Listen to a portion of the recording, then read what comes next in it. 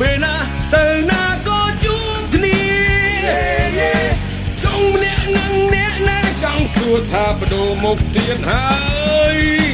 សង្សារខ្ញុំពីមុនទុនភ្លុងពេលនេះឆាយចង់ខ្ញុំមួយខែហើយធ្វើពើគៀកកាយនឹងអ្នកថ្មី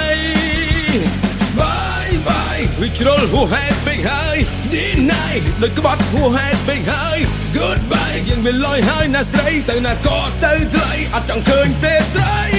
ក្បត់ហើយដូចក៏ក្បត់គេញយម្លេះអត់យល់មិនទៅធ្វើចឹងធ្វើអីចង់ដឹងឬក៏ចង់យកពីល្បីជាតារាអប្រៃដាក់ថ្ងៃក្បត់ពីហើយ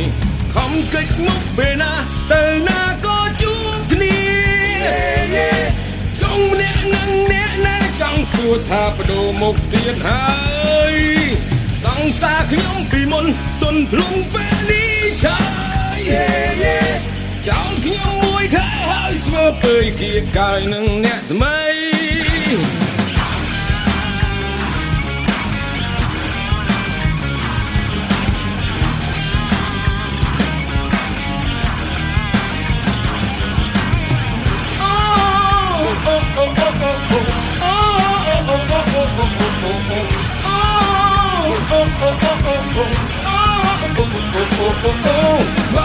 បាយវិជ្រុលហួហេតុពេកហើយ deny ដូចក្បត់ហួហេតុពេកហើយ goodbye យើងវាលយហើយណាស្រីទៅណាក៏ទៅថ្លៃអត់ចង់ឃើញទេស្រី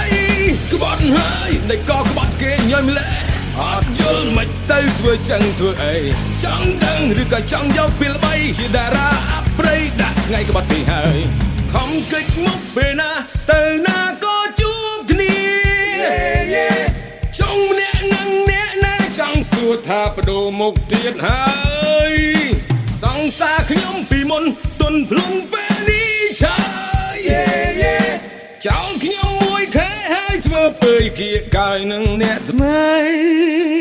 ខំកិច្ចមុខពេលណាទៅណាក៏ជួបគ្នា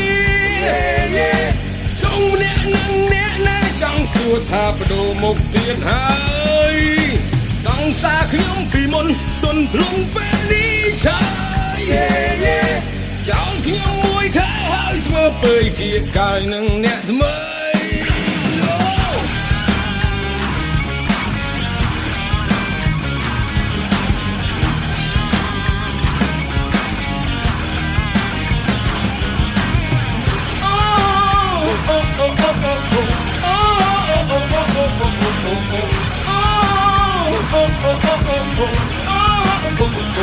Oh